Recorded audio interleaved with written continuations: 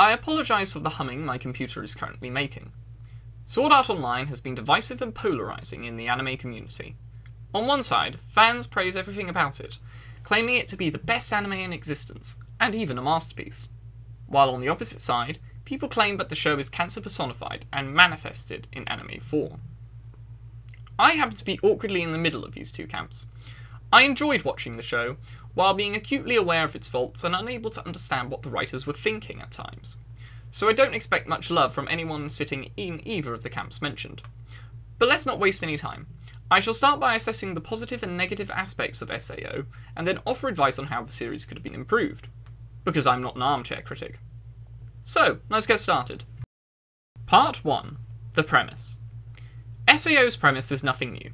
Other animes, films, and even books have explored the idea of people being trapped in an alternate reality with only one way to get back home.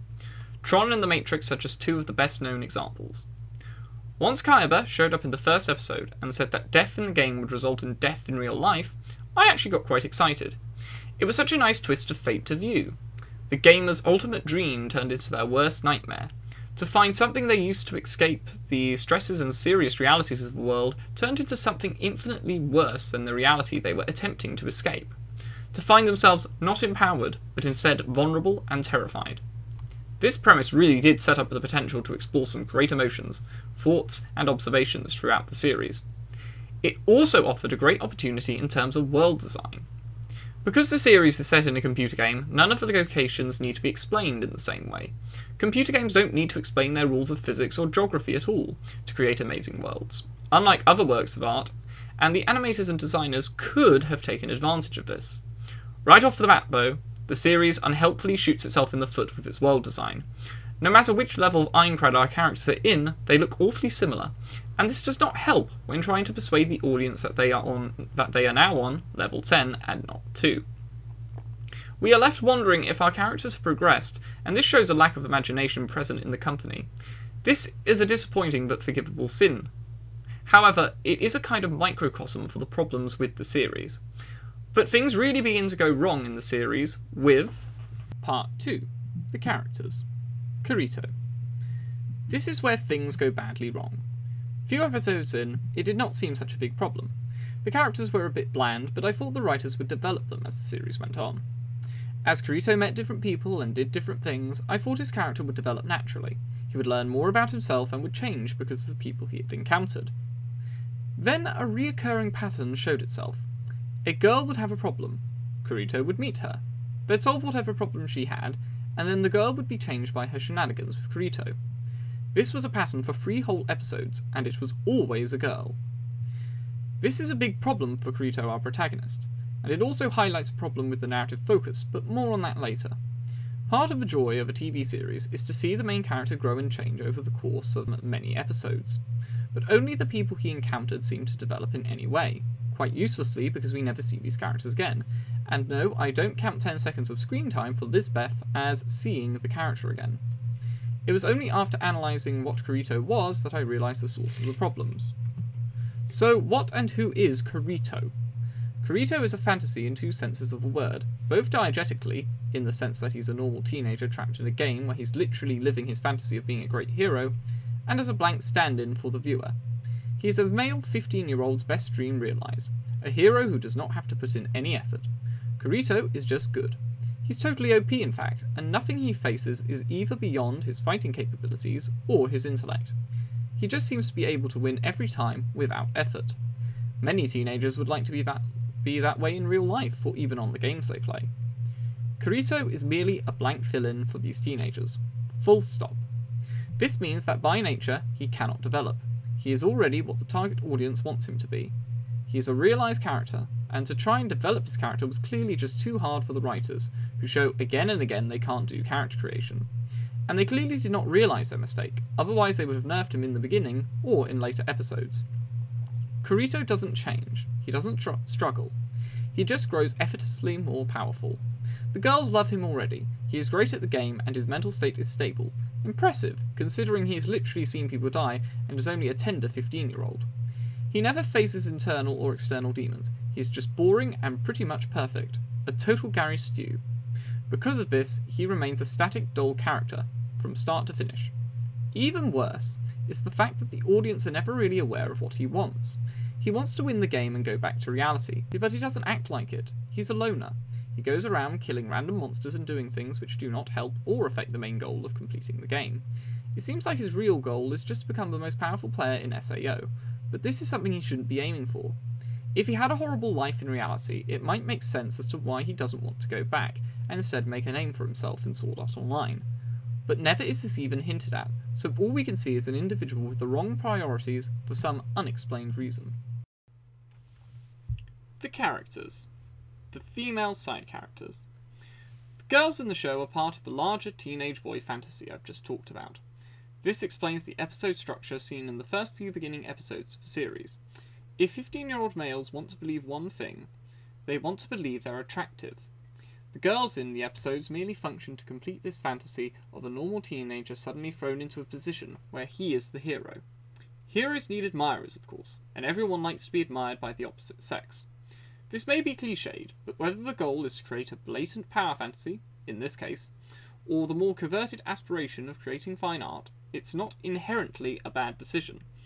The problem lies in the female characters themselves, and is most probably the result of their purpose merely being to show how irresistible Kirito is. Which is ridiculous, because other than perhaps being good looking, Kirito is not interesting or attractive at all. He is always so disinterested, no matter who he is talking to. This makes it difficult for any audience to understand why all the ladies think he is such a star, and clearly shows the writers do not understand how to write romance at all. All the female side characters are 2D to begin with, and when they develop some character, they are quickly disregarded by the series. Interestingly, all of them do receive much more needed character development than Kirito, a clear sign that the writers had their priorities wrong.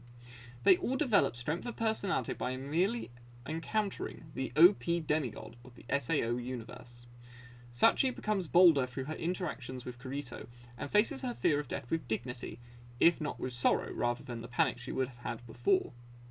Skelia becomes a better and more confident fighter on her quest with Kirito, and matures into a girl resembling a young woman, much better than the painfully overconfident, insolent child she was.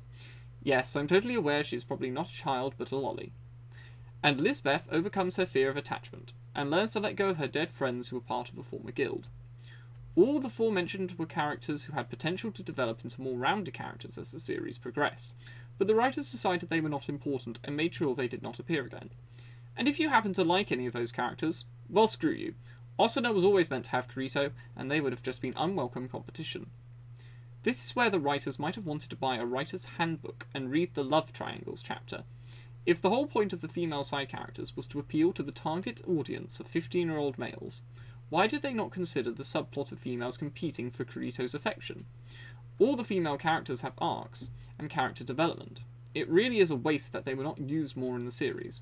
This reveals a complete lack of forethought and imagination by the writers, in my opinion. The characters. Asuna. Asuna is just Kirito 2.0 with a female pair of balls, which are ovaries in case you're wondering. What I mean by this is that she has no depth and is OP, just like him. To her credit though, she has more than 3 emotions, Kirito's emotions being for the most part limited to just 3. Anger, sadness, and the state of disinterest. She also has a leadership position in one of the largest guilds in the game, the Knights of the Blood Oath. This makes her seem more 3-dimensional than Kirito on the surface, but close examination reveals she is just as bad as him, but for different reasons. She's as good as, or just a little below Kirito in fighting skill, and seems to be able to take down any monster opponent, unless she decides to let Kirito do it, for whatever reason. She is sort of the Sandra archetype, or in English, the angry violent woman archetype. She seems to get consistently upset and gives Kirito the cold shoulder for exercise, except for the times she's really nice and makes sandwiches for him for no reason. Yet we are meant to believe that she actually has feelings for Kirito, even when she doesn't act like she does. If Asuna were the protagonist, or we were allowed to look inside Asuna's mind during such moments, it could have been played for comedy. We could see Asuna struggle with trying to express her feelings and beat herself up over how she is ruining her chances with him. Then, if the other female characters appeared more often in the series, there could have been an increased level of concern and fear that they might win his affection instead of her. Maybe her drastic shifts in attitude and emotion could be explained as a mental illness or a character fault which she is trying to correct. What I've suggested isn't the case in the series, which is problematic because we already know what will happen. Because Asuna is introduced in the second episode and is the first girl the audience is introduced to, we already know that Kirito and her have been shipped by the writers, and it is fate that they love each other. The problem with this is that it tells us what the destination is already, and the ride itself is not interesting. The romance is hardly built upon. Kirito is just disinterested in her, and Asuna acts aloof and angry around him, making the romance unbelievable when it does happen. Up until the episode where they kiss for the first time, there are no scenes where they open up to each other. You have some scenes where they hug and talk to each other, but in none of them are they actually connecting with each other. The writers do try to make an effort here, but it doesn't come across strongly or in any significant way. In fact, we only really know they are warming up to each other because we know they are destined by the plot to be together. There are no external forces trying to keep them separate even, such as the leaders of the guild not liking Kirito, or the other female characters competing for his affection. The romance, and Asuna's pushing of it, is boring, predictable, and badly written. Part 3. The story. The main plot should have been about beating the game and coming back to reality, but this simple goal is pretty much disregarded in the series. Most of the episodes concern themselves with going on what could be classed as side quests, solving a murder, getting material for a new sword, etc. A few of the episodes concern themselves with the ultimate goal of beating the game, but the main plot is ignored far too much. While the side quest episodes are entertaining, the disregard for the ultimate goal is a terrible mistake. The escaping should have been the focus of the narrative, and the side quest episodes should have been about conducting activities that related to that goal. For some unfathomable reason, the writers were not interested in the main plot, despite that being the main appeal of the show. But the writers get more incompetent. The first episode raises an immediate question that the audience immediately wants the answer to. Why did the lead developer, Kayaba, do this? He could have sat on his sofa, making tens of millions of yen from the game of the century. Instead, he decided to commit mass murder by trapping 10,000 individuals in his revolutionary virtual reality MMORPG. While the episodes have separate storylines, and when they don't, concern themselves with the goal of beating the game, the question of why the main developer did this keeps intriguing the viewer in the back of their mind. So when the arc ends, it is disappointing. In fact, it is more than that. It is sudden and disappointing. Our villain is suddenly confronted while they are around 25 levels away from winning the game, without any build-up. He manages to kill both Asuna and Kirito, but somehow Kirito manages to come back from the dead, because he's the demigod after all, and kills Kayaba. But if you thought this was bad, tighten your seatbelts. While the game world turns to shards and disappears into the ether, our demigod and his girlfriend are alive and left with the lead developer, and have a polite conversation with him. This is already contrived because no one would talk politely with a murderer who is responsible for the death of your friends and your exile in a virtual reality. But it gets worse. They ask him why he did it, and Kayaba replies, "I've forgotten." There are no words to describe how downright disappointing this is. It smells of laziness and incompetent writing. Kayaba could have had any number of motivations or goals. This decision is quite frankly irritating and simultaneously puzzling. It is unsatisfying and just completely forgettable. I don't know about you, but I was either expecting a grand conspiracy that would explain everything, or a madman who thought he was providing top quality interaction and entertainment, not a forgettable villain in both senses of the word. I would quite like to ask the writers in a personal, off-the-record conversation what they were thinking when they penned Kayaba's character. It makes no sense and is easily the worst case of writing in the series. Part 4. Other things. Absence of male side characters. 2 male side characters are introduced in the series. Klein and Edgel, who were introduced in the first 2 episodes and then discarded, only to appear once or so in select episodes for one unimportant reason or another. They are much like the 3 female side characters in this regard, except that they are both more interesting characters to begin with, and they appear more often. Yes, Klein might just be the comic relief stock character who doesn't take life too seriously, and Edgel a stock type of a stoic giant carrying a great axe. But both of them happen to be surrounded by bland characters. This makes them more dynamic and intriguing than they would otherwise be. Because of their lackluster appearances in the series, their characters are wasted and they are never developed in any meaningful way. Their absence can probably be explained by the writing staff's laziness, of which there is an abundance. Including them in more episodes would require the writers to do more work, which they seemed adverse to. Another explanation could also be that the writers didn't want to threaten Kirito's position as the only guy the girls want in Sword Art Online. Whatever the reason, it is bad writing and disappointing that these characters didn't appear in the series more often, as they were two of the more interesting characters. Other things. Romance of the Bland. I have already mentioned that we knew the destination of the romance, and the ride there left many scenic views to be desired. It is clear from the start that Kirito and Asuna are going to be rolling around in bed. Unfortunately for us, the destination is even dull.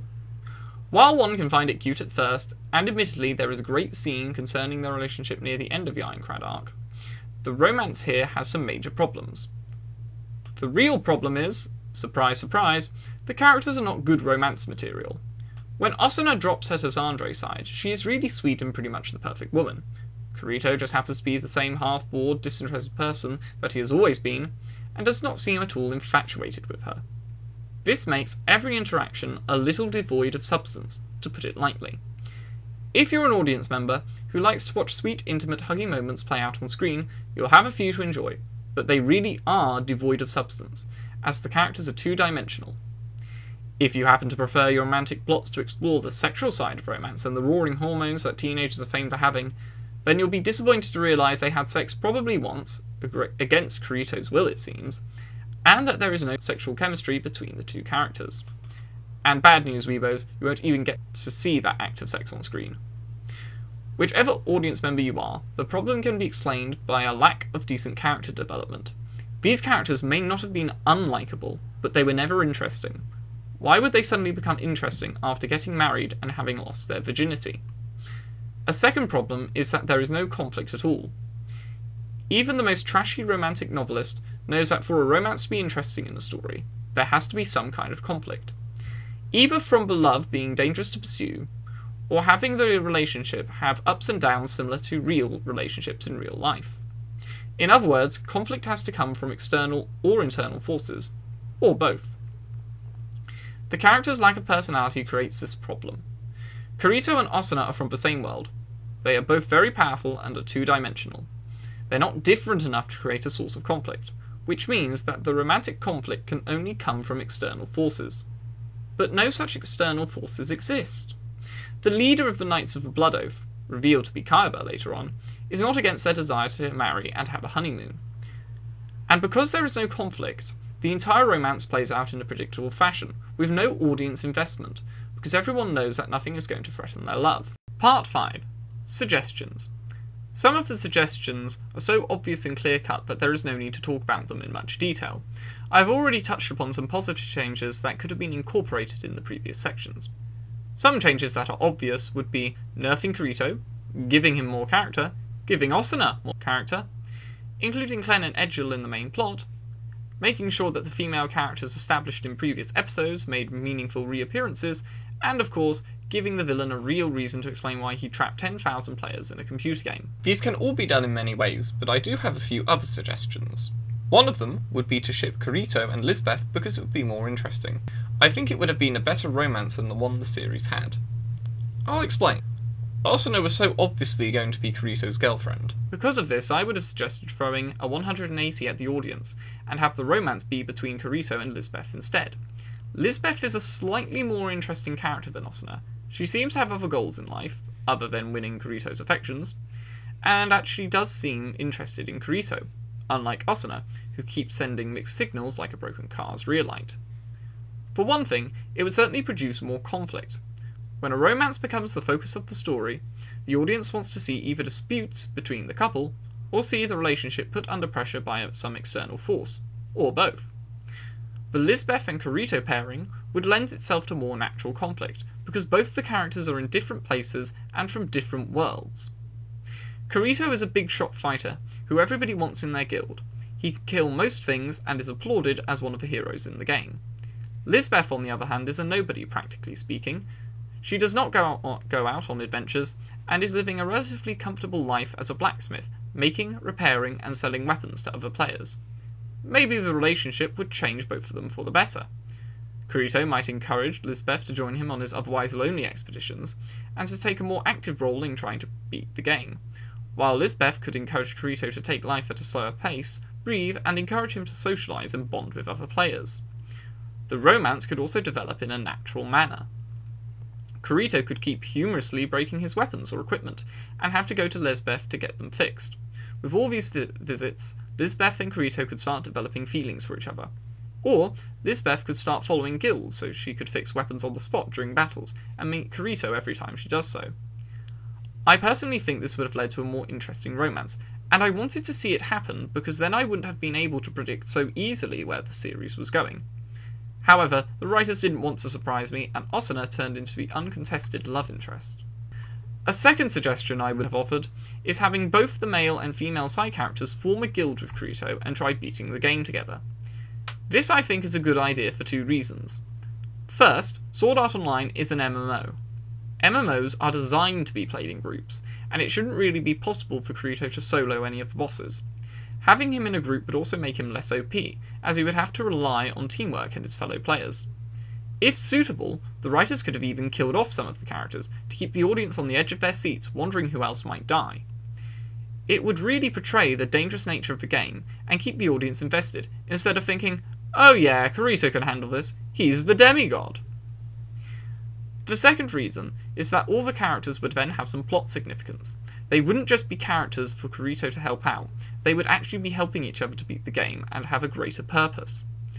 They could have been developed and fleshed out like this, and this could have resulted in interesting interpersonal conflicts between the characters, and made the series way more dynamic. But the writers wanted Kirito to be a soloing, overpowered demigod, so that is what they made him. Part 6. Conclusion. So I've slated the series for all its faults, and criticised it in many areas, so this leaves one big question. Why is it that I enjoyed watching it, and was entertained by it, while being aware of how bad it was? And why is it one of the most popular animes out there? I think for this we've got to analyse the things which are good about the show in quick fashion.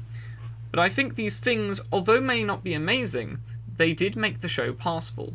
The first is that the side quest episodes were actually entertaining.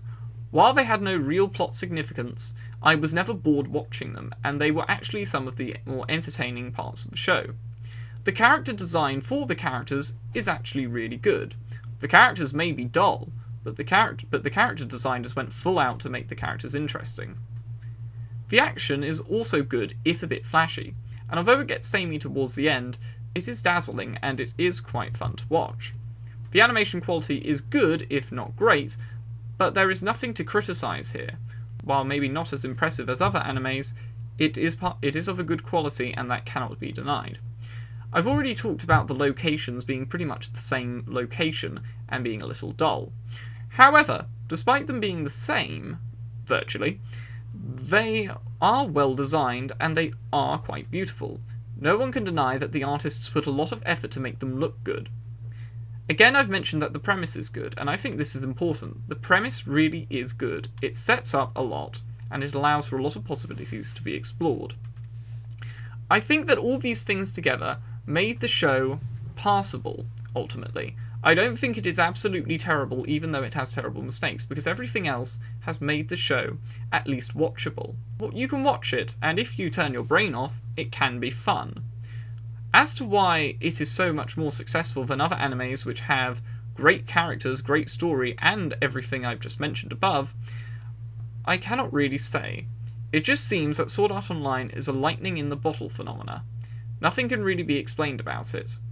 It is just a weird thing that everybody hopes they have, but can never really produce. Thank you for watching.